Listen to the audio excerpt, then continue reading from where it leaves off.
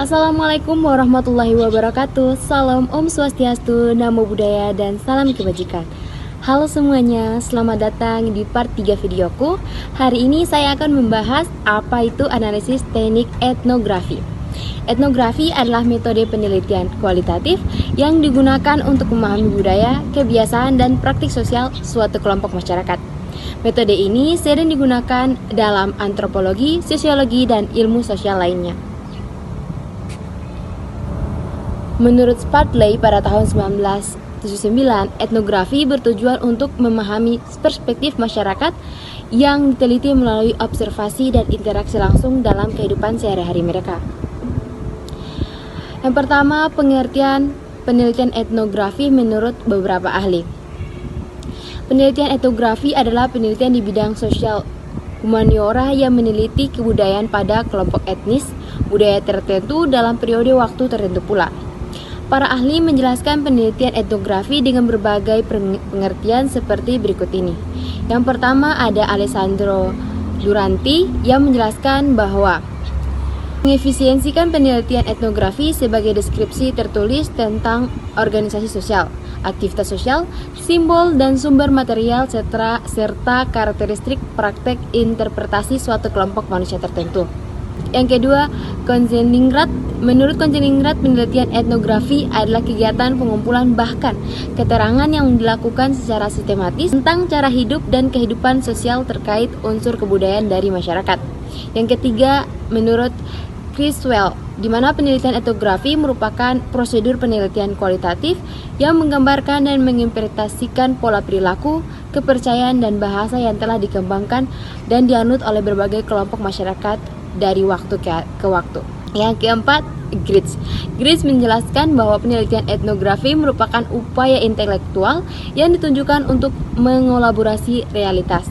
Dan yang kelima ada menurut Michael H. Agar, di mana penelitian etnografi adalah hakikat dari suatu mediasi tertentu akan bergantung dari hakiki transisi di mana terjadi kontrak penelitian lapangan. Selanjutnya, sejarah etnografi. Etnografi berasal dari kata Yunani, ethos atau bangsa dan graphin atau menulis, yang berarti menulis tentang bangsa. Sejarah etnografi dapat dibagi menjadi beberapa periode penting. Yang pertama pada awal etnografi, yaitu pada abad ke-18 sampai ke-19. Pada masa kolonial, banyak penjajah, misionaris, dan administrator kolonial yang mendokumentasikan adat istiadat dan kebudayaan masyarakat yang mereka temui. Contoh, catatan James Cook tentang masyarakat Polinesia dan studi awal pada etnografer kolonial di Afrika dan Asia. Yang kedua, etnografi klasik awal abad ke-20, di mana Malinowski memperkenalkan observasi partisipatif sebagai metode utama dalam penelitian etnografi melalui studi di Kepulauan Trobriand.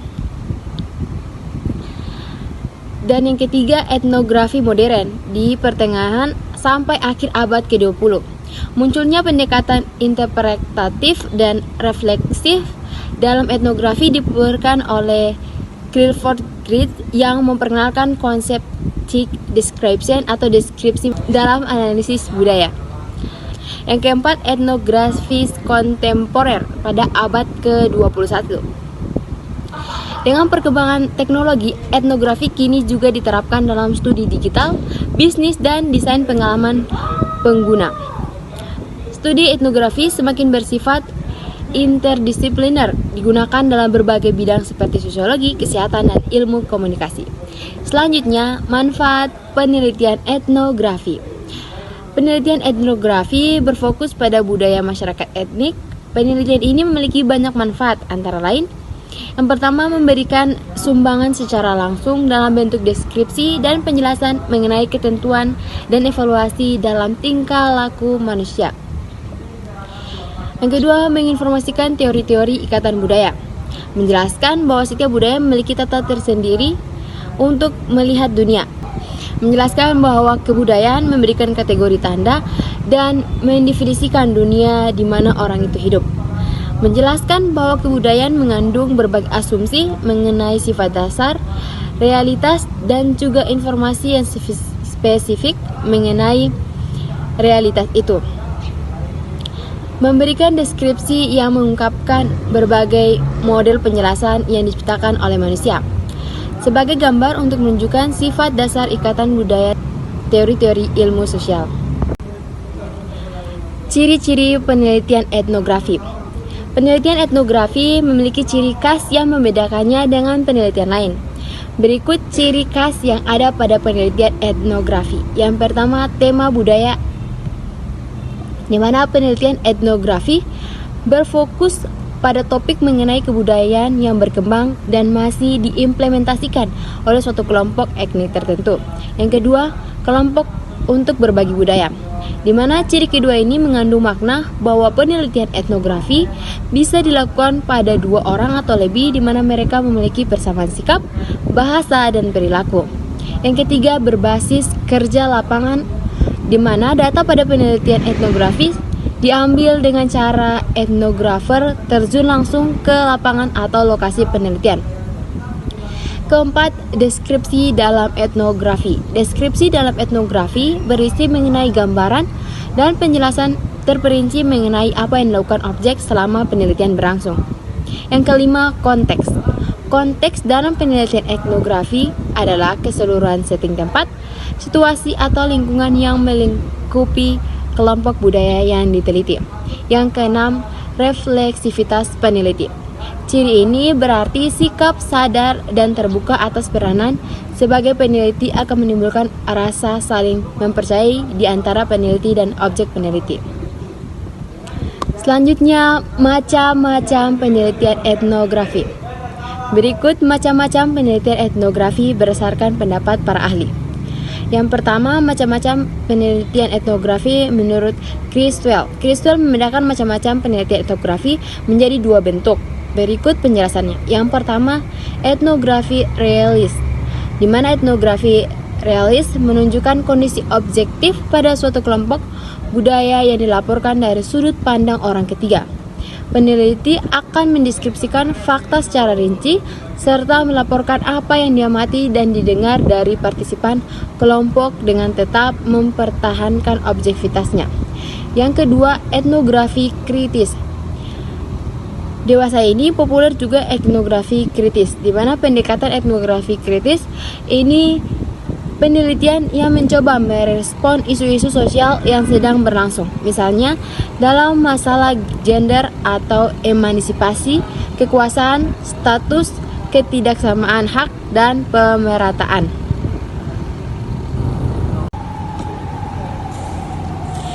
Selanjutnya, macam-macam penelitian etnografis menurut Gay, Mills, and Ayrasian, di mana mereka membedakan jenis etnografi menjadi 6 bentuk sebagai berikut. Yang pertama, etnografi konvensional. Etnografi ini berisi laporan mengenai pengalaman pekerjaan lapangan yang dilakukan oleh etnografer.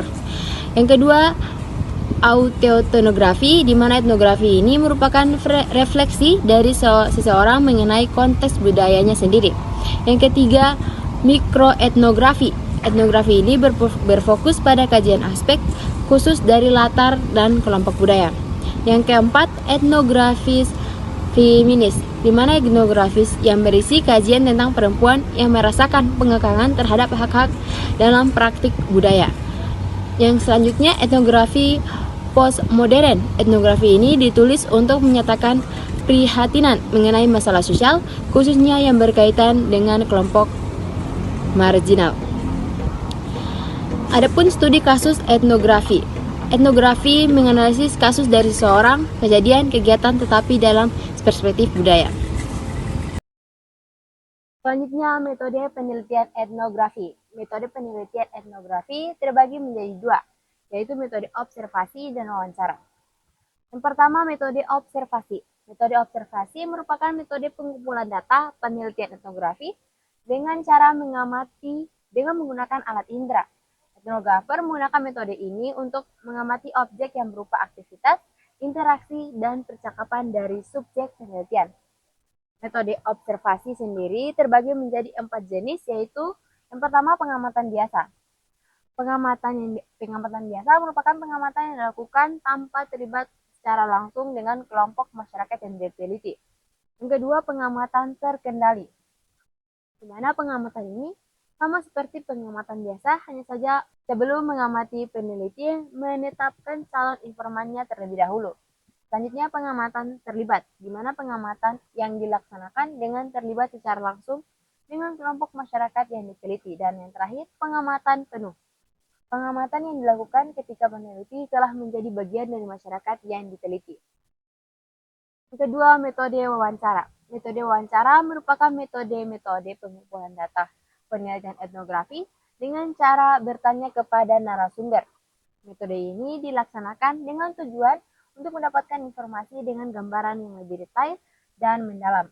Dari metode penelitian dapat dipahami perspektif, pengalaman, dan kehidupan narasumber. Selanjutnya, langkah-langkah penelitian etnografi. Berikut adalah langkah-langkah yang harus dilakukan dalam penelitian etnografi. Yang pertama, menetapkan proyek etnografi. Sebelum memulai penelitian etnografi, tetapkanlah dahulu proyek etnografi apa yang akan diteliti. Ada banyak varian topik etnografi yang bisa menjadi ide penelitian etnografi. Misalnya, masyarakat yang kompleks. Perlu dipahami bahwa terdapat 3 komponen dalam situasi sosial, yakni tempat, kegiatan, dan aktor. Sementara itu, etnografer pemula biasanya juga akan lebih membatasi ruang lingkup proyek etnografinya ke situasi sosial yang tunggal supaya tidak terlalu memakan waktu. Yang kedua, mempersiapkan pertanyaan. Supaya peneliti lebih terarah, etnografer perlu mempersiapkan daftar pertanyaan. Pertanyaan tersebut nantinya akan memandu dalam melakukan pencatatan terhadap apa saja yang dilihat dan didengar peneliti. Selain itu, ini juga berguna sebagai metode pengumpulan data. Yang ketiga, pengumpulan data penelitian. Data penelitian diambil dari kerja lapangan. Selama itu, peneliti akan mengetahui kegiatan partisipannya, karakteristik fisik dari situasi, dan bagaimana rasanya menjadi bagian dari situasi dengan pengamatan terlebih dahulu, baru kemudian melakukan wawancara. Etnografer biasanya akan memulai langkah ini terlebih dahulu dengan meninjau secara umum objek penelitian melalui observasi deskriptif yang bersifat luas. Kemudian setelah diamati, etnografer mulai lebih fokus mengumpulkan data melalui observasi partisipan, wawancara, dan metode lainnya. Yang keempat, membuat catatan. Selama terjun ke lapangan, etnografer juga perlu membuat catatan dalam penelitiannya. Supaya data tercatat dan terekam, etnografer ini diambil dari catatan hasil pengamatan dari lapangan, dokumentasi, peta, dan media lainnya yang bisa digunakan untuk merekam pengamatan di lapangan. Yang kelima, menganalisis data. Setelah semua data terkumpul, langkah selanjutnya yang harus dilakukan etnografer adalah menganalisis data. Data yang dianalisis mulai dari pertanyaan dan hipotesis baru, data yang terkumpul selama di lapangan, dan catatan lapangan. Analisis data tersebut dilakukan hingga proyek berakhir. Data penelitian yang terkumpul dari observasi dan wawancara dianalisis secara kualitatif. Adapun berikut langkah-langkahnya. Yang pertama, reduksi data. Pada langkah ini, data akan dirangkum, diseleksi berdasarkan fokus kajian atau pokok permasalahan yang sudah dirumuskan dan ditetapkan pada awal penentuan proyek etnografi. Yang kedua, penyajian data. Dalam hal penyusunan dan penyajian data, Anda bisa menggunakan matriks yang tentu disesuaikan dengan kondisi data. Contoh, matriks kronologis. Matriks ini diterapkan untuk menunjukkan tuntutan waktu kejadian dan hubungan antara komponen atau faktor peristiwa yang ada di dalam penelitian. Yang keenam, menulis laporan. Penelitian etnografi perlu dibuat laporan supaya hasil penelitian dapat diketahui banyak orang. Selain itu, penulisan laporan etnografi juga sebagai bentuk bukti penelitian sosial humaniora yang berbasis kerja lapangan. Laporan ini terdiri dari beberapa halaman dengan tebal 1 hingga 2 volume. Laporan penelitian etnografi bisa menghidupkan kembali eksistensi budaya atau kelompok etnik yang ditelitinya mulai dari karakteristik, pola perilaku, nilai dan cara hidup, bahasa, hingga budaya yang ada di dalam kelompok etnik tersebut. Alhasil, orang awam pun menjadi tahu akan keberadaan budaya mereka. Keempat, Kelebihan dan kekurangan metode etnografi. Kelebihan. Yang pertama, memberikan pemahaman mendalam tentang budaya dan kebiasaan masyarakat. Selanjutnya, data yang diperoleh kaya akan konteks sosial dan historis. Mengungkapkan aspek-aspek yang tidak dapat ditentukan dengan metode penelitian lain. Nah, kekurangannya membutuhkan waktu yang lama untuk melakukan penelitian. Sulit untuk menghindari subjektivitas dalam interpretasi data dan tantangan dalam mendapatkan izin akses ke komunitas tertentu. Selanjutnya, sudut pandang etnografis. Etnografi dapat dipandang sebagai sebuah tipe penelitian dan metode penelitian. Etnografi termasuk tipe penelitian yang dilakukan pada masyarakat tunggal dengan analisis bersifat non-historis. Jika dilihat dalam konteks yang lebih besar, etnografi adalah sebuah metode penelitian yang berpayung di bawah paradigma konstruktivisme, dan di dalam perspektif teoretik interpretivisme. Etnografi sebagai sebuah metode yang berada di bawah hal tersebut merupakan suatu cara bagi peneliti untuk mendekati objek penelitian dalam kerangka interpretivisme. Adapun landasan pemikirannya bahwa realitas sosial diciptakan dan dilestarikan melalui pengalaman subjektif dan intersubjektif dari para pelaku sosial. Para pelaku sosial ini dipandang aktif sebagai interpreter yang dapat menginterpretasikan aktivitas simbolik mereka. Aktivitas-aktivitas simbolik itu seperti permainan bahasa, ritual verbal, metafora, dan drama sosial. Selanjutnya, kesimpulan. Jadi teman-teman, penelitian etnografi sangat penting untuk memahami kehidupan sosial dan budaya suatu masyarakat secara mendalam. Meskipun menantang, metode ini memberikan wawasan yang luar biasa dalam dunia penelitian sosial. Etnografi adalah metode penelitian yang digunakan untuk memahami budaya, kebiasaan, praktik sosial dan dalam suatu kelompok. Metode ini sering digunakan dalam antropologi sosial dan ilmu sosial lainnya. Terima kasih, demikian dapat saya sampaikan. Jangan lupa like, komen, dan subscribe. Wassalamualaikum warahmatullahi wabarakatuh.